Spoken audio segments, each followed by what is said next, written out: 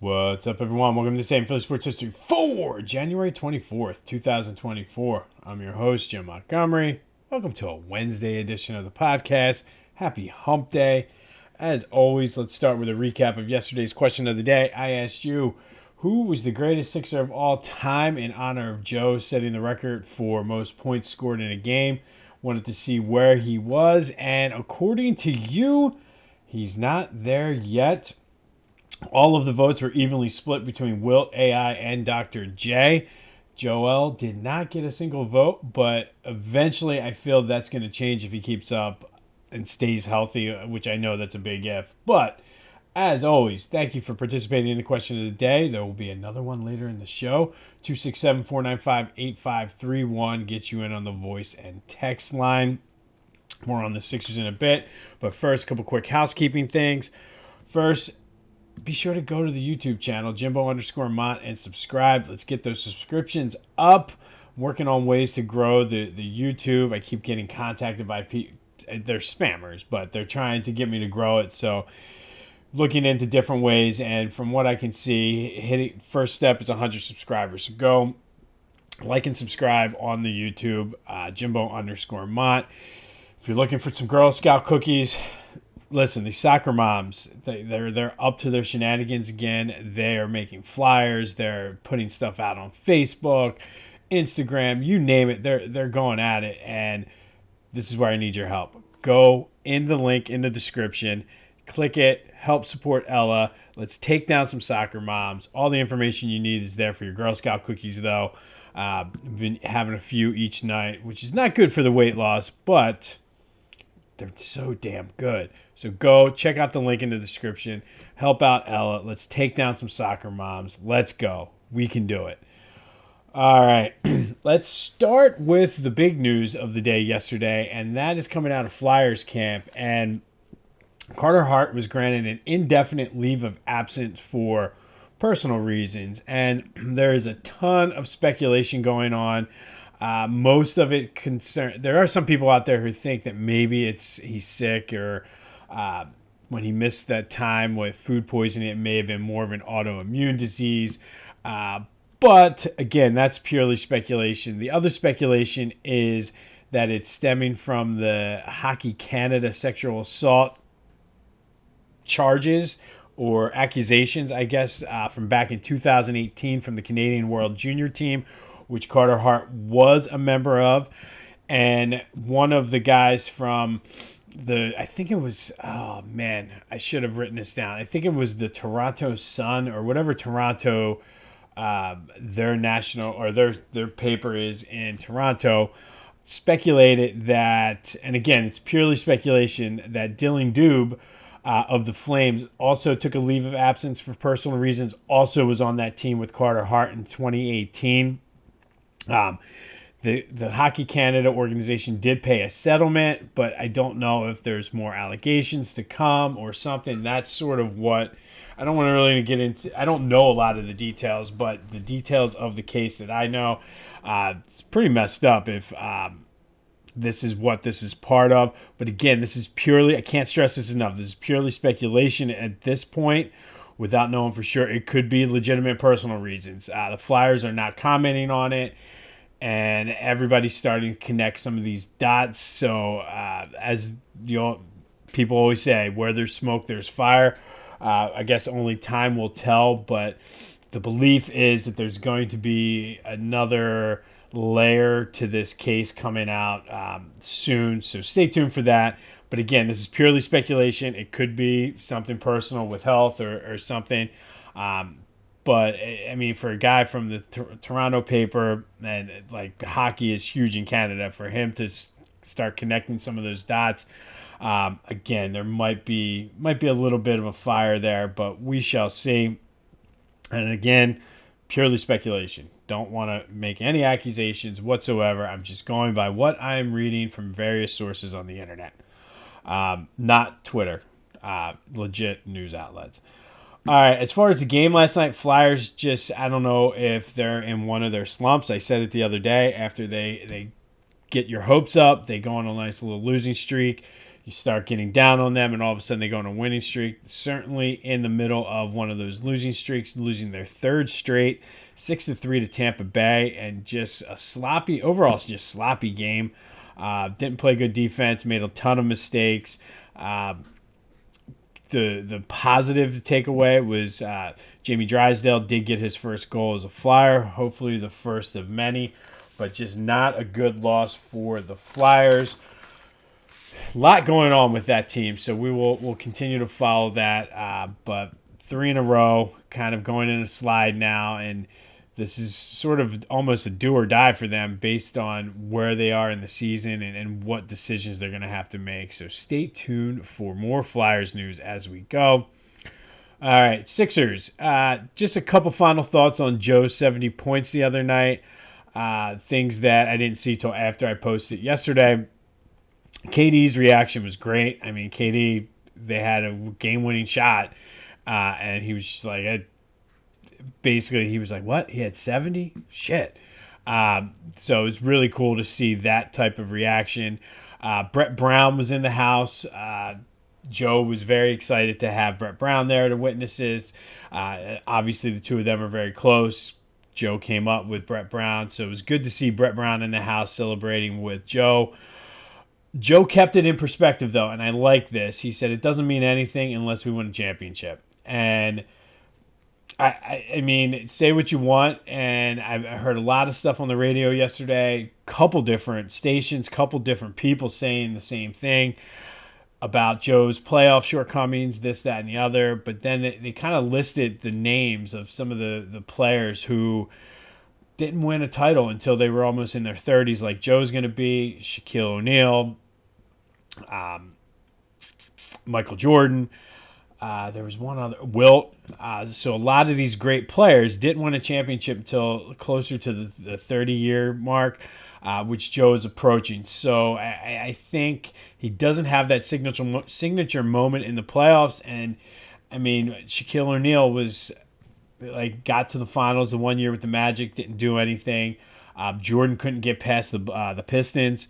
So there's just, right now, Joe's thing is the Celtics. So eventually, hopefully, we'll see him get over that hump. But it's worth noting that it's not necessarily the end of the world yet. And I like that he's focused on that now. He's like, all right, I got the MVP, and great. I scored 70 points. We won. But the goal is a championship. Speaking of championships, for some reason the Bucks fired Adrian Griffin, their coach. They were tied for the second best record in the league. Apparently, the rumors that I was able to see last night, I'm sure more of this is going to come out, is that the players had lost confidence in him, and there was some. I don't know whether it was a Giannis thing, if it was a Dame Lillard thing, or what.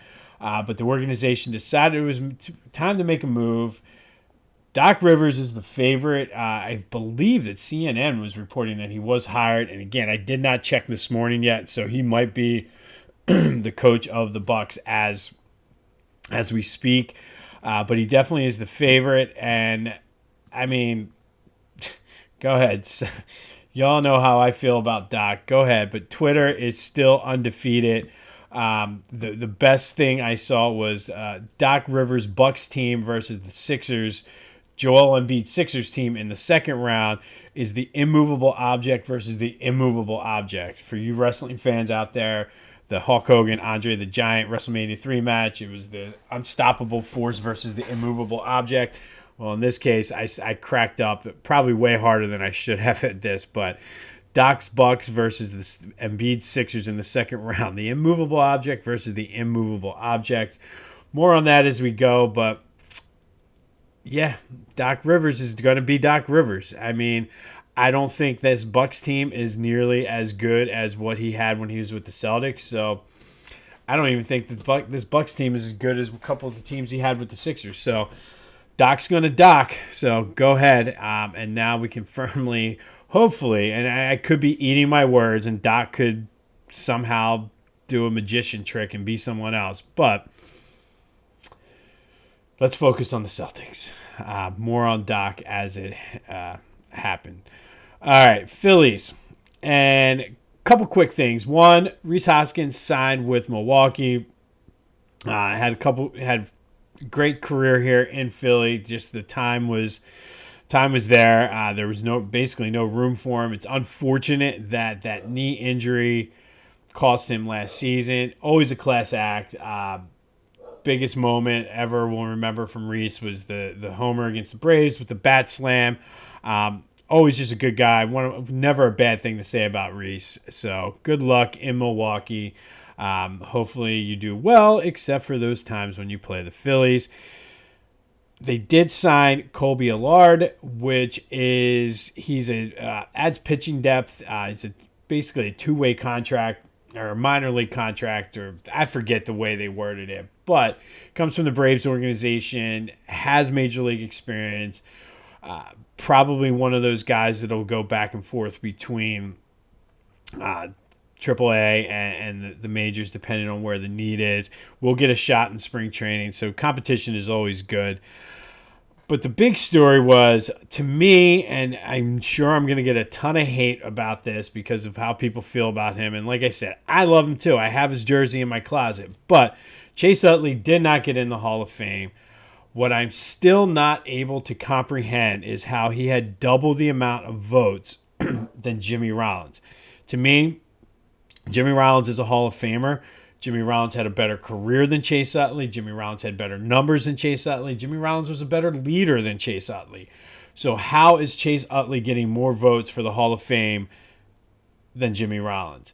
And truth be told, if you look at the numbers and really break it down, how is Chase Utley getting more votes than Bobby Abreu? Be sure to let me know what you think about that. I mean, that's our question of the day. Who should, of those four, Billy Wagner sucks for him, man. He just missed it by a few votes. He had 73. You need 75%. He eventually will get in. But somebody explain to me.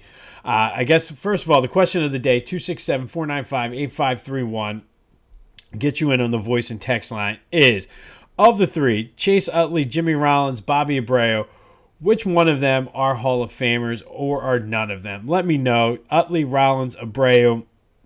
If I had to rank them, I would go Rollins, Abreu, then Utley a distant second.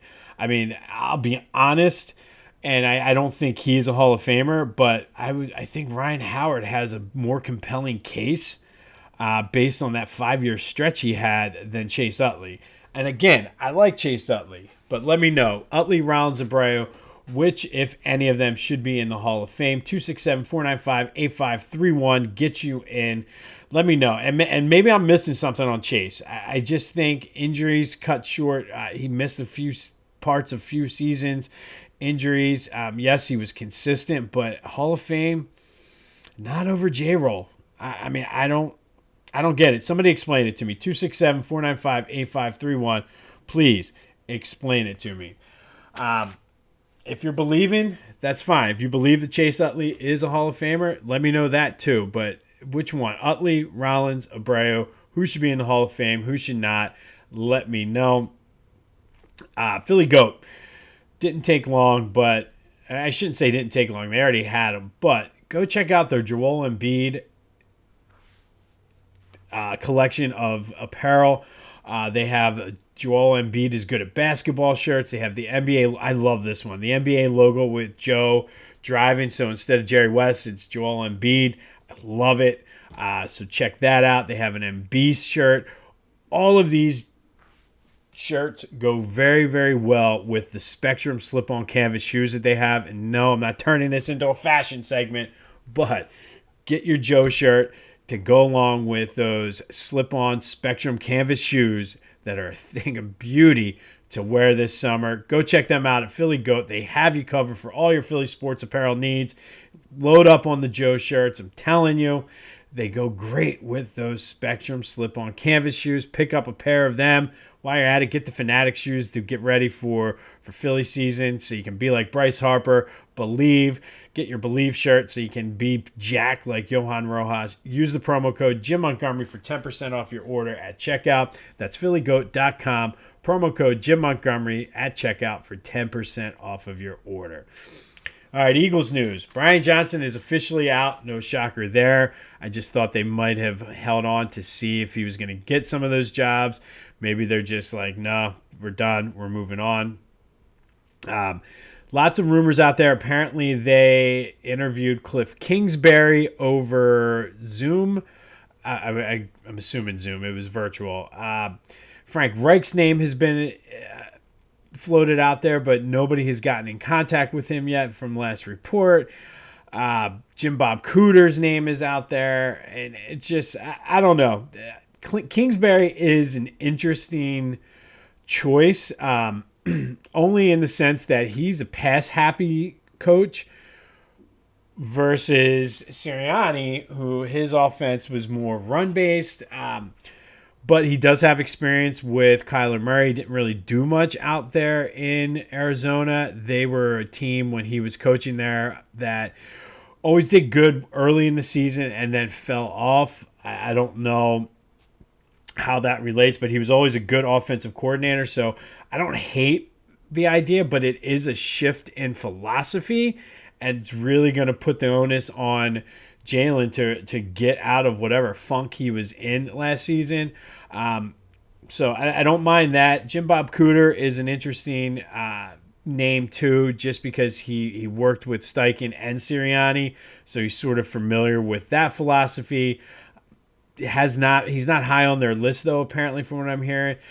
Frank Reich, I don't know. It's just sort of, it is what it is. I have a text exchange with a couple of my friends, and we were going back and forth, and some people like him, some people don't. I'm just like, doesn't really move the needle for me. But one thing he would represent, and I don't know if Kingsbury fits into this mold or not, is I do think that, and this is something we talked about, and I think we're all of us were in agreement, that you need to have a head coach or a coordinator with no head coaching aspirations, because what typically happens is you kind of go for a couple years and then they're moving on. So whether or not Kingsbury fits in there, Reich, I don't know if anybody's going to hire Frank Reich based on two failed with Carolina and then Indy. But I think it's important to get that, because Jalen Hurts has had a lot of inconsistencies in his career. 7 of his last 8 seasons, he's had a new offensive coordinator, and that's dating back to college. Shane Steichen, ironically enough, was the only one who was there more than 1 year, and you saw what the result of that was. I also think a lot's going to come down to the philosophy. Like I said, if Kingsbury comes in, he likes to pass a lot, which isn't, I mean, we'll see. I mean, they didn't really run the ball the way they should have last year. So is that Nick or is that Johnson? But it comes down to me on who is it going to be, Nick's offense, or is it going to be, the offensive coordinator's offense? And that's the key. I mean, if I'm an offensive coordinator, I'm coming in and saying, yo, I want to run my offense. So we'll see what happens. I'm sure we're going to get a lot. Hopefully, we'll get a lot today at that press conference. I'll have coverage of that tomorrow. Nick Sirianni and Howie Roseman will be addressing the media. Not sure of the time, but looking forward to being able to listen to that and see what nuggets we can get out of that. I will be taking notes and being ready for that. All right. Today, we're going to go back to 1905, and on this day in 1905, the A.J. Reach Sporting Good Company, which we talked about a couple weeks ago, based out of Philly, patented the Reach Pneumatic Head Protector. And it was invented by a guy named Frank Piers Mogridge, and it was an early prototype for a batting helmet. And the advertisement that they had promoting it touted it as a device that would restore the confidence of a player and inspire confidence in the timid batter who is afraid to hug the plate, which is the secret to all successful batters. So basically, it's saying, hey, this gives you some confidence when you're at the plate that you're not going to get hit in the head. That was something that was rampant back then because of, I shouldn't say rampant, but it happened more than you would think. And I mean, think about today, how many times you see guys get hit in the head with a fastball, but because of the batting helmets, they're okay. So this was something to sort of offset that. It was a very, very early prototype. Cost $5, which I looked it up, and roughly $175 in today's money. So sporting goods equipment was expensive back then too. And if you know what I'm talking about, you know what I'm talking about. Batting helmets are expensive, and of course it's the most important thing you need when your kids are playing baseball and softball. But I digress. But this helmet was inflatable. It had like an air bladder in it that you could pump up, and I kind of looking at it and seeing how it worked, it got the sense it's sort of like the football helmets that you pump the air in and it fits your head more that way. So very, very, I guess, ahead of its time back then. It did not gain widespread acceptance, though. Roger Bresnan was the most notable player to wear it. He was a catcher for the Giants. He was one of those guys that got beamed in the head, and he wore it briefly after missing a month of the season, but quickly ditched it and did not wear it. But it sort of set the tone and was, again, the prototype for future batting helmets. You can see a picture of what it looks like. It's in if you go to the Baseball Hall of Fame, they have, or if you just do AJ Reach, Google search for AJ Reach batting helmet, it should take you to the Hall of Fame page where they show you a couple pictures of what it looked like, and very interesting. I mean, it looks just like, it kind of almost looks like those blow up, I don't know, like a wrestling headgear almost, or I know sometimes with babies, I know we had the discussions like this with my son because of the way he had to lay. Sometimes like the helmets that they put on to kind of reshape a baby's head kind of looks like that almost. But again, Philly company, AJ Reach, we talked about them. Ben Scheib was one of the executives there who ended up owning the A's. But on this day, back in 1905, the AJ Reach company received the patent for the Reach Pneumatic Head Protector, aka one of the first prototypes for a batting helmet. If you go to the Philadelphia, if you go to the National Baseball Hall of Fame webpage, you can see it. I would say just do a quick Google search and see it that way. But it's intriguing, and obviously now with the way the protectors come all the way down, things have certainly changed over the years. Before it was just the helmet, then they had the ear flap. So the technology has definitely gotten better over the years. So go check out the great-grandfather, I guess you could call it, of today's batting helmets at the Baseball Hall of Fame website. All right, finally, today's free agent who had a fresh start in Philly is Danny Briere. And Danny signed an 8-year, $52 million contract in 2007. He would end up playing 6 of those years in Philly, kind of got bought out there near the end, but made an impact almost immediately. Regular season, he was solid, 124 goals, 159 assists. But in 07-08, he took the Flyers from worst to the conference finals, took them to a Stanley Cup run in the 09-2010 season. 5 of his 6 years, he made the playoffs. And that's important because once they got to the playoffs, Danny Briere was money. He is one of the best playoff performers in the history of the NHL. 37 goals, 35 assists in 68 games. Widely considered like a top 3 free agent to ever sign with the Flyers. In his postseason with the Flyers, he was just money. Like, it seemed like he was always scoring a goal, whether it was power play, in overtime, just whatever. That 2010 Stanley Cup run was great. He had 30 goals in 23 games.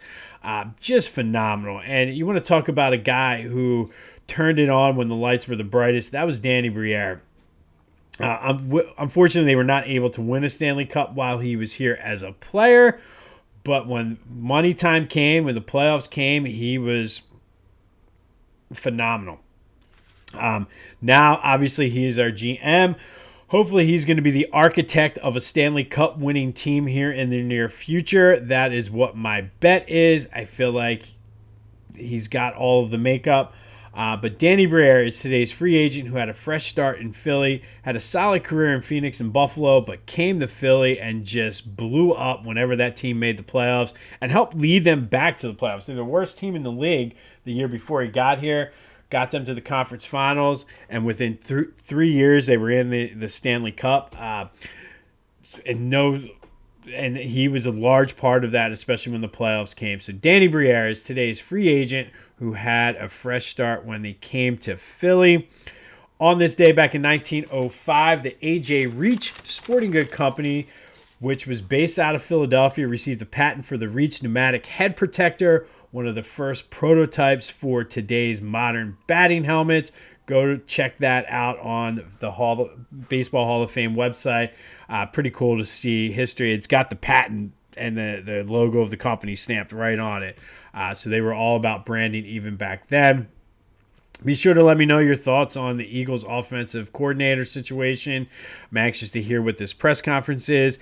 Today's question of the day: Chase Utley, Jimmy Rollins, Bobby Abreu. Which of them are Hall of Famers, if any? Let me know. 267-495-8531. And please, please, please explain the Chase Utley to the Hall of Fame.